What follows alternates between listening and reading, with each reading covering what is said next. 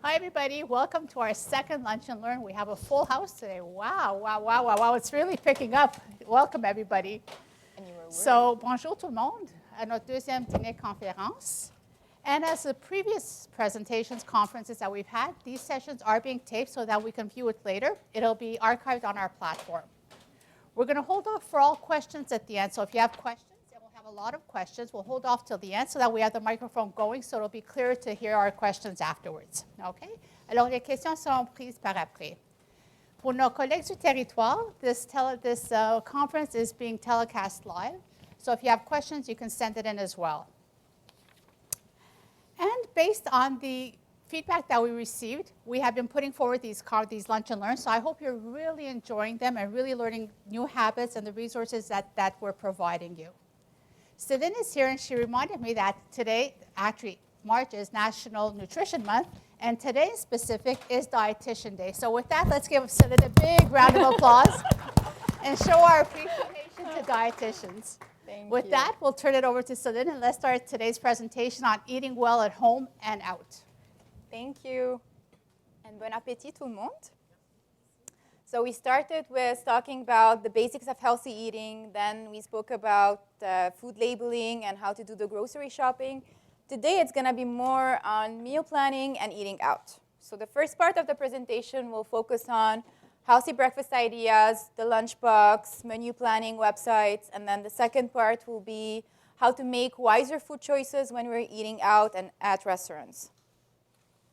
So, get stocked. If I'm having a well-equipped pantry, a well-equipped fridge, I will more likely do more nutritious, healthy meals than if I don't have anything at home. So, my first question, what are my must-have in the pantry? If I need to stock up my pantry, what are the really 5 essential items that I need to have in my pantry?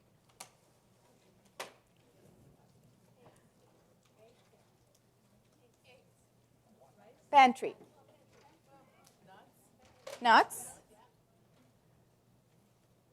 Every dish needs a cereal product with it. So what would be quinoa, rice, pasta? What else? Something that I would buy and I can store and they have a long shelf life. Canned beans, canned products, canned tuna, ideally low in salt. So basically, those canned foods such as beans, tuna, or fish and water, tomato paste, sauce, all of these, I can buy them, especially when they're on sale, low in sodium, put them in my pantry, and they really have a long shelf life. Brown rice, pasta, these are the staples for every dish. Quinoa, bulgur, couscous, which I can make every week or once every 2 weeks if I don't have the habit of eating them. Olive oil, canola oil, which are the best 2 oils you can have at home because they are excellent sources of monounsaturated fat, which are known to be really heart healthy. And then vinegar, it could be balsamic vinegar, any type of vinegar, mix them with the oil, you'll have a very good vinaigrette. Cereal. I can have a cereal high in fiber and I can have a regular cereal and mix both of them together if I really don't want to have the high fiber all the time and I want to have a bit more sugar in my milk or in my yogurt. And unsalted nuts, they make excellent snack and they have a really long shelf life. Some bonus items, spices, fresh garlic, herbs, broths, chicken broths, or any low sodium broths to really spicing up your food and put a lot of flavor without adding extra salt or extra fat. Now, what are the must-have in my fridge? These are eggs, cheese, fruits and vegetables, yeah. Dairy product. Why? What's the good part about the dairy product? Calcium and up to 16 essential nutrients. They are really loaded with a lot of good nutrients. They are excellent source of calcium, of protein, and all of these are really good for the health. So they make excellent snacks. They make a very good addition to any meal. Pre-cut fresh vegetables and fruit. And why I'm saying pre-cut, ideally pre-cut? Because when I have them already pre-cut in my fridge, I'll have more the tendency to grab them and eat them and take them with me. So it's way easier on me. Like I know from myself, whenever I have people over and I get this nice vegetable pre-cut plate and I still have leftovers and I put them in my Ziploc, I know this week I'm eating a lot more vegetables than previously because I have them already like in front of me. I just have to grab them and take them with me. And also, good ideas would be to have those lettuce or baby spinach pack that are already done. So you just need to wash them quickly, toss some protein with it and other vegetables, and you have a very good salad. Eggs. Every time I get home, I don't know, I have no clue what to do. What's my first option? Eggs. Either boiled or omelette or frittata. Just toss some any vegetables with them. They make an excellent meal, and they are really satiating. So they're really fulfilling. And finally, any hummus or bean dip. Why? Because it's high in fiber, it's high in protein, so both those two are excellent combination for long-term satiety.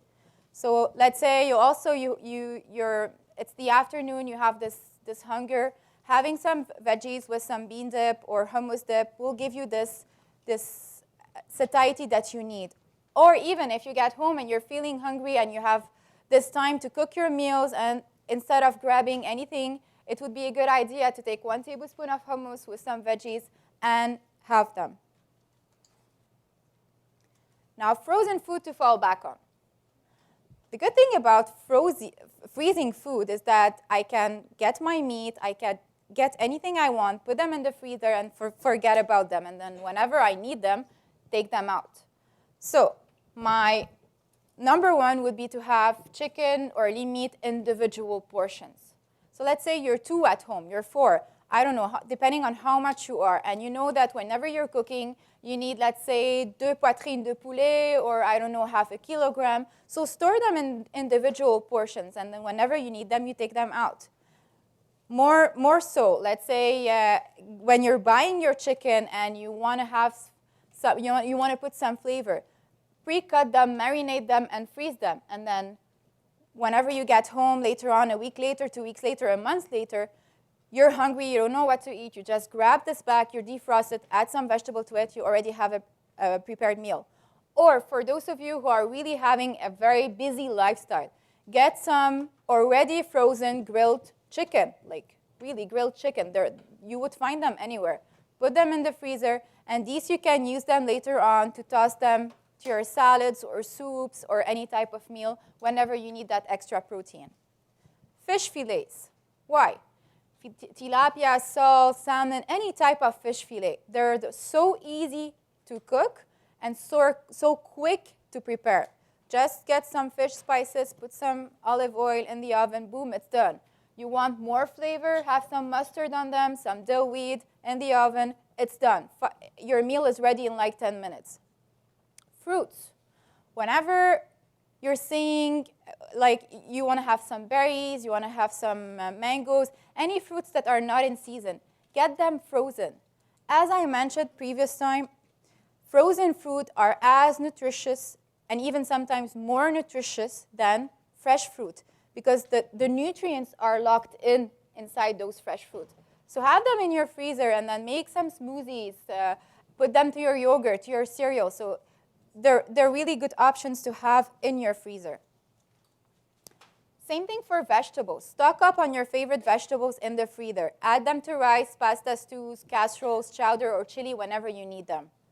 And then finally, shellfish cooked or deveined, frozen raw. So those quickly, you can quickly defrost them and add them also to any meal that you want. So these are really essential items that you could have and prepare a meal in less than 15 minutes and then have your meal.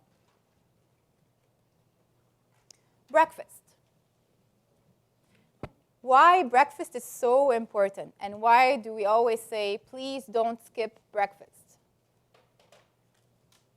What's so important about breakfast? First meal of the day after fasting for hours when you just get. Exactly. It's the first meal of the day after fasting for so many hours.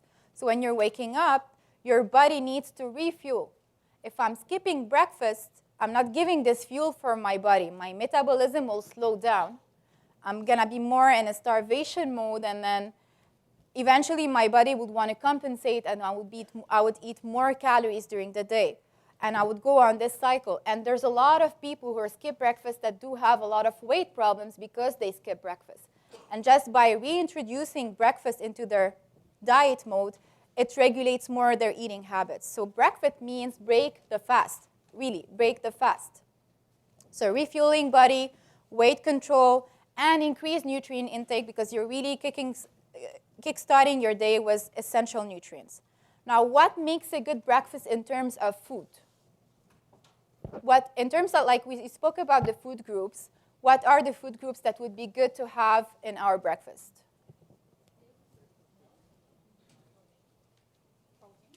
Protein. Fiber. And where do, sorry? Yeah, carbohydrate, protein, the protein source, and then fiber. Which type of carbohydrates? The slow burning type. So the slow burning carbs that will, such as oatmeal, bran cereal, whole wheat bagels, that will really take time to get into my system and won't give me this spike of sugar early in the morning. Fruits for more vitamins, minerals, and full fiber. And then, very important, any source of protein. Because let's say if I'm having oatmeal alone with some berries on it, but I don't have anything else such as yogurt or milk or any protein with it. In an hour or so, I'm going to be hungry. The protein, this is what will give me this long-term satiety to get through my morning time. So it will help you feel fuller, longer compared to carbohydrate and fat. So in order to summarize and know that you're having a good breakfast, ideally, if you can combine 3 of the 4 food groups, it would be great. Now, let's say you're someone that isn't much on breakfast, and you just start your day with, I don't know, a peanut butter with a toast. You can complement that with a snack, early snack in the morning. So that's the whole purpose of the snack, to keep your sugar level constant and for increased nutrient intake. Ideas of breakfast on the go: dressed up yogurt. Get some Greek yogurt, add to it some cereal, some fruits, and you have a breakfast. Some French toast. You can use whole grain to make several slices of French toast, freeze the rest, and then use them whenever you want. Whole grain pancakes, serve them with fresh or frozen berries. Smoothies. I love smoothies because you can prepare them in advance, put some yogurt or milk, a lot of fruits that you want, and then you can also add some flax seeds or any grains that you want, and you really have a full breakfast. And it's very easy, and it's very quick to prepare. Tortilla wraps, cheese and English muffin, and the list goes on and on. Lunchtime. You're coming to work. You have your lunchbox. What are the items that you're putting in your lunchbox? Fruit, vegetables, protein, your main meal, and what else? Because you have a 9 to 5 day. Snacks, exactly. So the healthy lunchbox would have beverages, not just one beverage, all types of beverages. One beverage, it could be water, it could be milk, vegetables, fruit, one milk product, the main meal, and 1 or 2 snacks depending on our hunger level. For example, veggies with hummus dip, a chicken sandwich that will be wrapped in a whole wheat tortilla with some lettuce and mustard, a yogurt 2% fat for my snack, a bottle of water, banana and nuts for my second snack.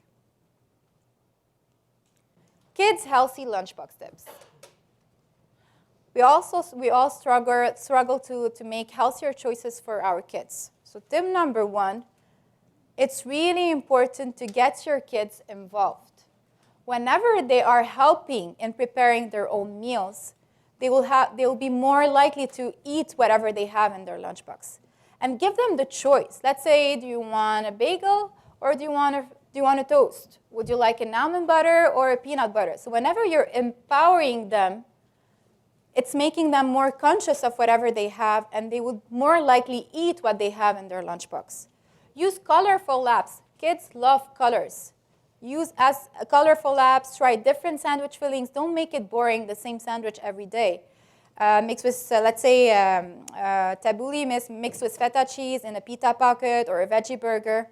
Let them pick their own lunchbox because, again, they would enjoy, like it's their own. It's their property and they would enjoy having it. Consider insulated lunch bags with room for a small freezer pack that allows you to send food that must be kept cold. The freezer pack can last up to 4 hours. So let's say they don't have this option, whatever they are, to having fridge, exactly. So having some space to put a freezer pack would be a good thing if you're giving them leftover, let's say, from last night's supper.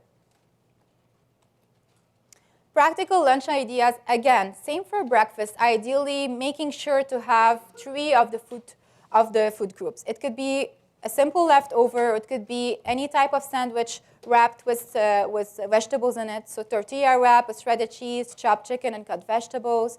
It could be an egg salad, whole wheat bagel, and fruit. It could be just a plain salad with some toast and protein with it. It could be 8-ounce low-fat yogurt, whole wheat crackers, and fruit. So any type of meal that will provide you sufficient protein, more than 15 grams of protein per meal, that will provide you a good amount of fiber and tons of vitamins and minerals.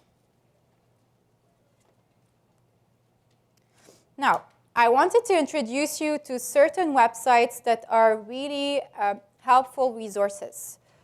Starting with the website of My Health Checkup, because you would find a lot of diet plans on the website and a lot of ideas and tips in terms of how to stock your pantry, your freezer, and so forth. There's another website called SOS Cuisine. It's free of charge. All of them are free of charge, actually. You receive healthy menus, recipes, automated edible grocery lists, as well as tips on how to save time and energy. And they have a lot of tips on how to make your grocery shopping on a good budget. There's also My Menu Planner from Eat Right Ontario. You get your personalized menu plan. You tailor it as you want. And I'm going to show you a picture here.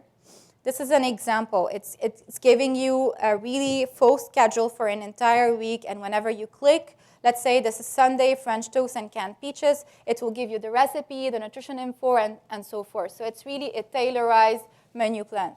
So these are all resources that you could use.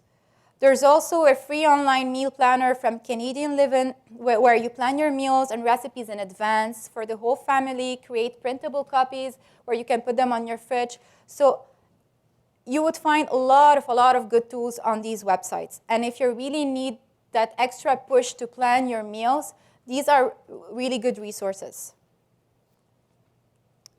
Another thing that I wanted to introduce you to is an app called Cookspiration, or in French, Cuisine Idée. So this is an app. What's the concept of it? It's created by Dietitian of Canada. You can find it on iPhone, iPad, Android, or simply log in to www.cookspiration.com. So let's say I'm going to take my cell phone. And if I go into my app, I log in, and then it will show me nice pictures. Then, Wednesday afternoon, I have Super Soup, Fall Fare, Spotlight on Dairy, On the Go, Kids' Choice, Comfort Food. So let's say I choose On the Go. It will give me different recipes of different food groups. Let's say almond coconut granola, cornmeal muffin, quick roasted red pepper dip. And then I click on the recipe. It will give me the ingredient, the instruction, and the nutrition info. So you have a lot of nice recipes out there. All of them are super healthy and very easy to make. So if you're short on ideas, it's a very good app to use. And then finally, as Violette introduced, March is usually nutrition months. And every year we have a theme. This year's theme is eating well from 9 to 5. So we're focusing more on good eating habits in the workplace. And if you go on nutritionmonths.ca, you'll also find a lot of excellent tips on how to deal with eating in the workplace. Let's say when you're having birthdays, you're bringing cake overs, the lunch meals, and all that. They have really good tips and good resources on this website. Now, eating out. Why I wanted to introduce this topic is because I wanted to point out that even if you're eating out, it is easy to make healthy food choices. Even if you're going to junk food places, there's always a choice. So let's start. Let's say you're in a food court. The first important thing is to downsize it. Usually we're tempted by buying, like let's say you go to any food court and they would tell you if you get the trio, it would be, let's say, $1.05 more expensive than getting just the regular meal. So you would be tempted and you get it. So you would have your dessert and your beverage with it. But by having that, you're adding a lot of extra fat, and it's the bad fat, and you're adding a lot of extra calories. And sometimes the portions are really big. So if you're still tempted and you get it, have it, but don't have the entire portion. Either share it with someone or take some leftovers with you. Go for the grill. Everything that is like grilled, it will be less in fat. Grilled meat, poultry, fish, and veggies, rather than for the deep fried version or the crispy version or the marinated version.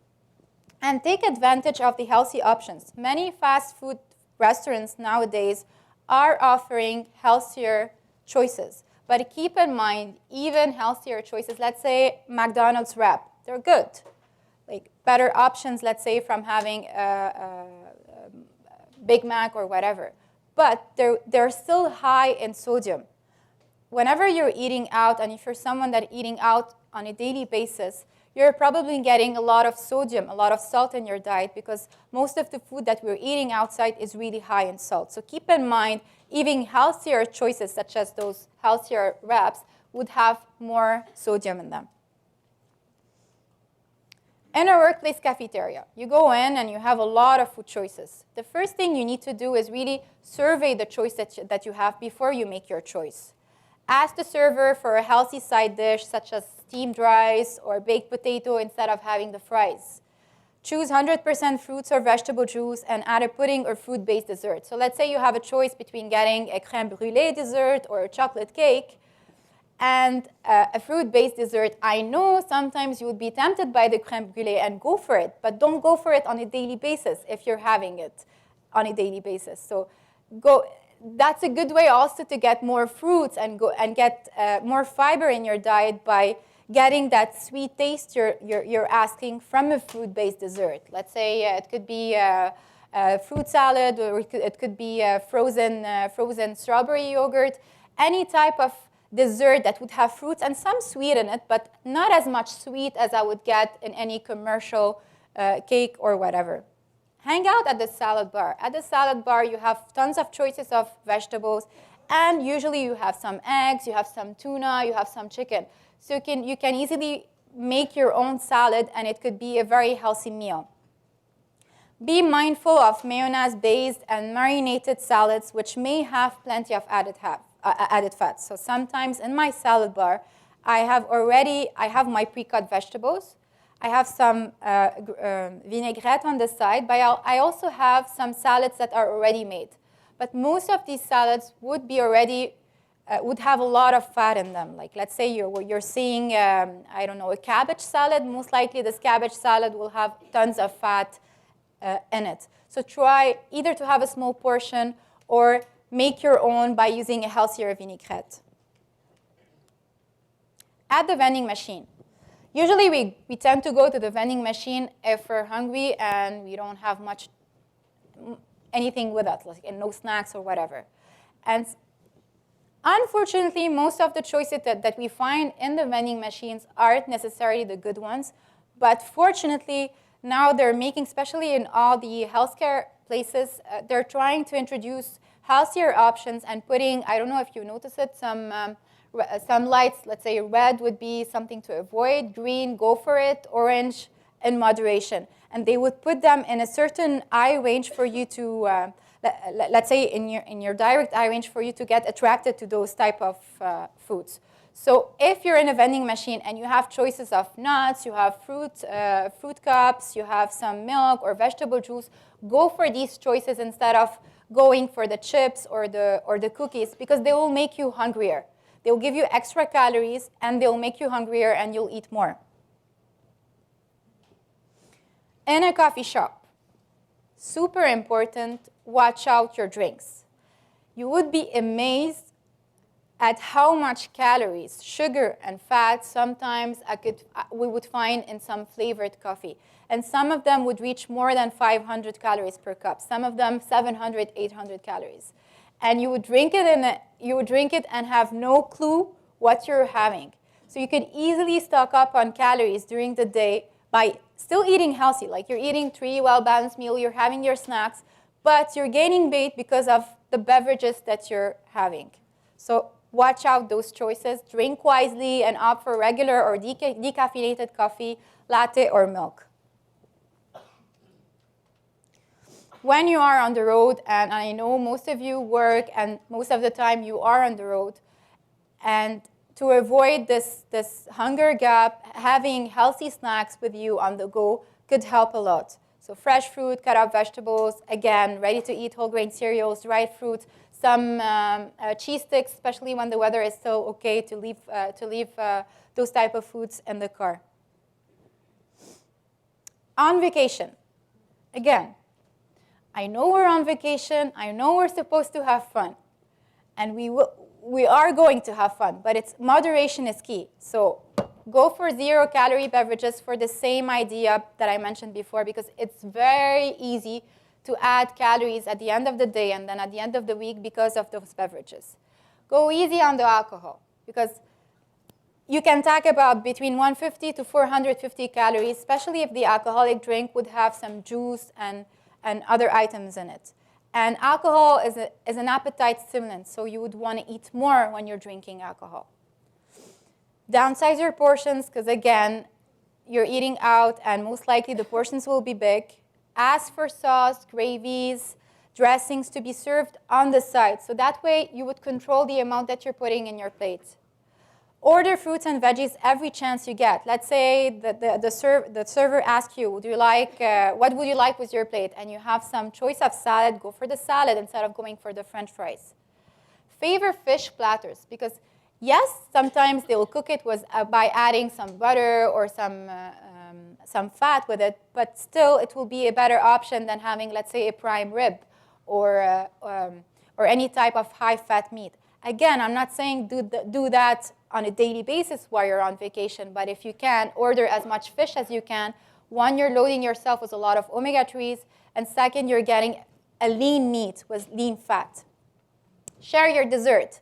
Most desserts that are out there are huge. The other day I was at, I forgot the name, but we ordered a carrot cake, and the carrot cake was humongous. Like seriously, I had maybe 7 layers with the cream and all that, and if I would have eaten this all by myself, it would be maybe half of the caloric intake of my calorie needs per day. And it's not just about the calories, it's about what's in that carrot cake in terms of ingredients. It's really the bad fat, the trans fat that will raise your bad cholesterol, lots of sugar, a lot of added sugar. So yes, if I feel like having this carrot cake, maybe I'll have it, but I'm going to share it with someone else. That way I cut down on the calories and on the fat. And avoid fast food outlet if possible. Eating out at restaurants. Now I'm going to go through different types of restaurants and show you what are better alternatives. Subs and sandwiches. Try the 6-inch instead of the foot-long. And I got something with me to show you. Let's say I get a Submarine 12-inch. This Submarine 12-inch with a choice of beverage, soft drink, and the potato chips. The regular thing that I get usually when I'm having this type of meal. So this is the equivalent of 36 cubes of sugar, plus 17 teaspoons of fat, plus 12.5 sachet of sodium. This is what I'm getting from this meal. Now let's say if I get the 6-inch and I get a bottle of water instead of getting my soft drink, I'm going to reduce this amount to 9 cubes of sugar, 7 teaspoons of fat, and 5.5 sachet of sodium. So this is where you see the difference. And So yes, you would say maybe it's not sufficient for me. Load it up with as much vegetables as you can. Have some salad with it. Drink water and then salad. The salad and the fiber will fill you up, will take some space in your stomach. Choose lean meat, roast beef, chicken, or veggie instead of high-fat meat such as meatball, bacon, or steak. Put some mustard instead of putting mayonnaise. Whole grain bread instead of white bread to add more for the fiber. Extra veggie topping instead of extra meat. Mexican style restaurant. Try the soft tacos instead of the crispy shells. The black beans instead of the refried beans. The veggie and bean burritos instead of the beef and cheese stuffed burritos. Nachos with salsa instead of nachos with cheese, sour cream, and refried beans. Because you would be amazed by how much you're having just with this entree. Fajitas instead of chimichangas, which are usually deep fried. And then I have chicken instead of beef because, again, my chicken will give me less saturated fat and less fat in general than the beef. Asian style restaurant. And this is where, like, let's say we're going into fast food food courts, we have a lot of these. And usually it's mostly deep fried. Even the rice is not steamed rice. So go for the egg drop, miso, wonton soups instead of the fried egg rolls, spare ribs, or the tempura. The stir-fried, steamed, roasted, broiled entrees instead of the battered, deep-fried dishes. Everything that will be battered, that will be marinated, most likely will have a lot of fat in it. Steamed or baked tofu instead of crispy beef or other meats. Brown rice instead of fried rice. Because you always have the option. They exist, but it's up to you to choose them. Stir-fried veggies instead of crispy noodles. And stir-fry, yes, they would put some oil, but it's not a lot. It's just a bit like to turn them on. But it's not like fried vegetables. Sushi, edamame, these are also good choices. And edamame, by the way, can make an excellent snack. It's high in protein, it's high in fiber. You're getting also some veggies. You can prepare them in advance, and then whenever you want them, reheat them just a tiny bit, and they make really excellent snack. Just have 1 cup, and it's very good. Italian style restaurant. And this is where we go onto the pasta, the sauce bechamel, the thin crust pizza, the pepperoni. So this is where we can really stock up on a lot of calories. So try the thin crust pizza instead of the pan or deep crust pizza. And I also got this to show you the difference between both of them, if I can open it.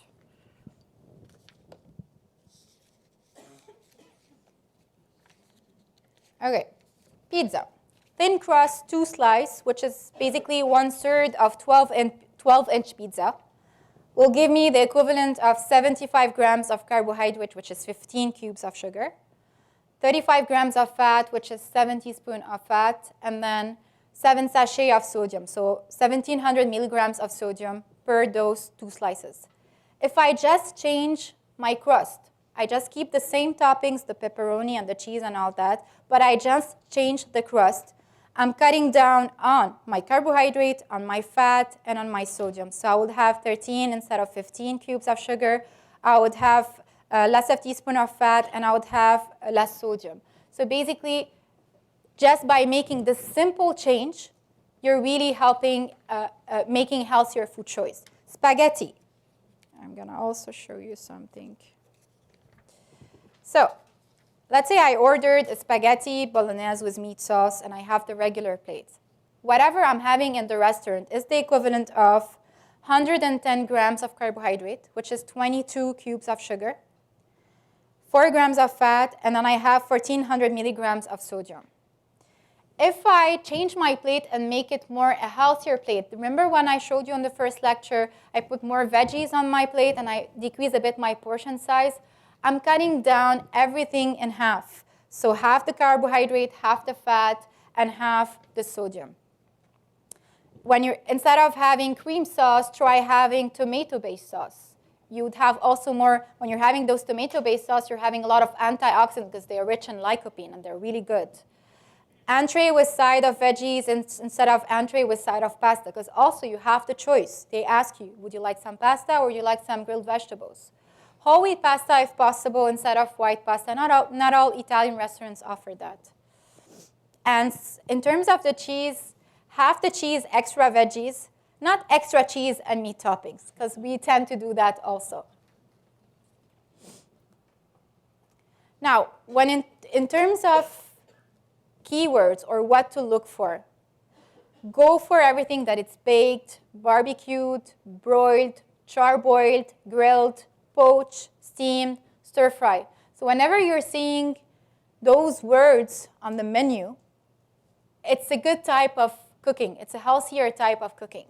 When you're seeing au gratin, battered, buttered, crispy, smoked, deep fried, thick sauce, prime, pickled, Alfredo, there is a lot of added fat and mostly saturated and trans fat within this type of cooking. So it's on the menu. It's written out there, and you have the choice. Again, I'm up for, let's say you're someone that goes to the restaurant once a month, and you feel like whenever you want to go to this restaurant, enjoy the meal that you're having, it's okay, go for it. But if you're eating at a restaurant very frequently, and it's something really occasional, and it's like more than twice a week, you have to be careful about the food choices because it's an investment you're doing on the long run. It's really an investment on your health. If you're not feeling it now, it might show up in 5, 10 years or more. So that's why they say you are what you eat, and I'm a firm believer of that. You can really make big changes to your health and improve your health status by eating well. And before I finish, I also had something to show you in my booklet here. The choice of trio that I'm having, let's say I'm having my hamburger trio with regular soft drink. This is the equivalent of 195 grams of carbohydrate, 50 grams of fat, and 1,100 milligrams of sodium. If I just switch to my diet soft drink, I'm cutting down to 90 grams of carbohydrate instead of 150. And if I make a healthier choice by taking water and salad instead of the fries and the vegetables, I'm down to a normal meal, which is 45 grams of carb, 25 grams of fat, and the same amount of sodium, a bit less of sodium. But basically, again, as I'm saying, you have the option of making healthy choice. It's really up to you to make those choices. So that's basically it, if I'm not mistaken. Oh, yeah. So my take-home message, whether eating at home or out, keep in mind those 4 principles. Balance. Having a balanced meal. Try to put as much as the food groups in your meals. Variety. Fish, chicken, beans, brown rice, pasta. So try to include as much as you can from the different food groups. Because what you get in an apple is different from what you get in a banana. Or what you're getting in a fish is different from what you're getting in a chicken. So try to get as much as you can, as much nutrients as you can from all these food groups. Moderation and portion control. I'm up for eating anything, and we have a lot of good food out there, but it's really the amount and how much you're eating of it that's going to make a difference. So have a dessert, but have it in moderation. Have your favorite meal, but try to watch out your portion control. All these will make a difference on the long run. Thank you.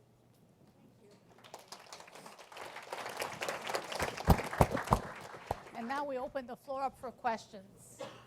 We have our first question there. We'll wait for the mic. I need my water.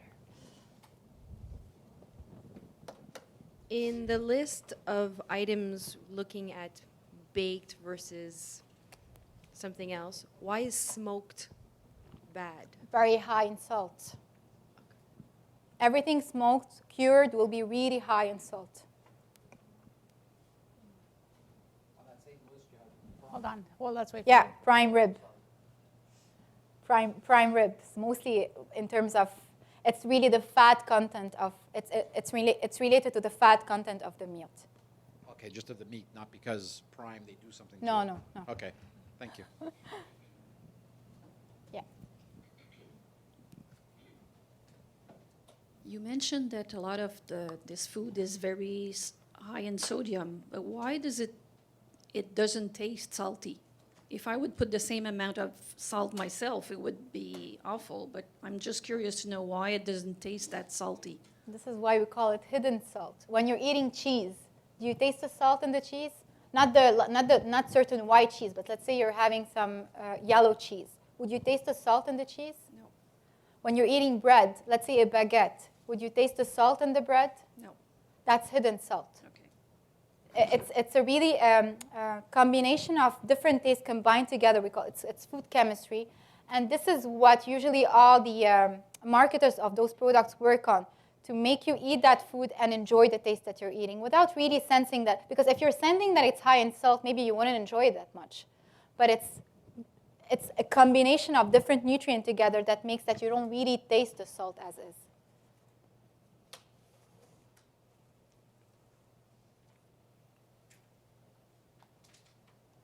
Any questions from the field in the back? Did we get questions from the field? No? Okay. Any other questions? Well, if you think of your questions later on, let me know, and we'll loop it back with Celine. And next week, join us next week. Oh, we have a question. Hold on, we have a question. Sorry, just to know where all this information can be found on the site. All the Celine's information? Those, Yeah. these presentations are being sent to you via sync, and we will have it shortly on the Live It platform. Okay, thank you. You're welcome. And on that note, next week, join us for pre and post exercise nutrition. Thank you, everybody.